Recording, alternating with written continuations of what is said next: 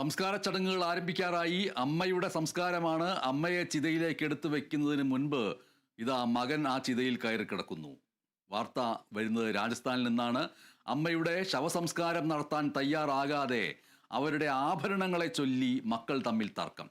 രാജസ്ഥാനിലെ കോട്സി ബെഹ്റോർ ജില്ലയിലാണ് സംഭവം. ശവസംസ്കാര ചടങ്ങുകൾക്കിടയിൽ അമ്മയുടെ വെള്ളിവളകളും മറ്റ് ആഭരണങ്ങളും മൂത്ത മകനെ ഏൽപ്പിച്ചതോടെയാണ് മക്കൾ തമ്മിൽ വാക്കുതർക്കമുണ്ടായത്.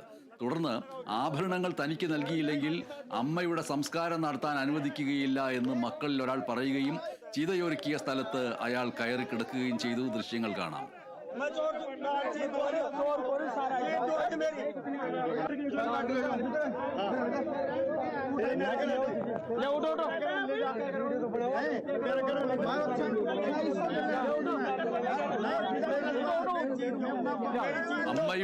അമ്മയുടെ ശവസംസ്കാരം നടത്താൻ തയ്യാറാകാത്ത മക്കളുടെ വാർത്ത എന്നുള്ള നിലയ്ക്ക് ഈ വാർത്ത വ്യാപകമായി ഇപ്പോൾ ചർച്ച ചെയ്യപ്പെട്ടുകൊണ്ടിരിക്കുകയാണ്.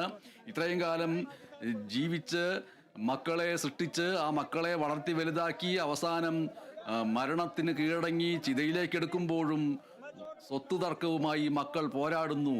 ചിതയിൽ പോലും സ്വസ്ഥമായി കിടത്താൻ അമ്മയെ സമ്മതിക്കാത്ത രീതിയിൽ അമ്മയെ ആണോ, അമ്മയുടെ ഹൃദയത്തെയാണോ, അമ്മയുടെ മനസ്സിനെയാണോ, അമ്മയുടെ വാത്സല്യത്തെയാണോ സ്നേഹിച്ചത്, അതോ അമ്മയുടെ കഴുത്തിൽ കിടന്ന ആഭരണങ്ങളെയാണോ എന്നുള്ള ചോദ്യം ഉയർന്നു വരുന്നു.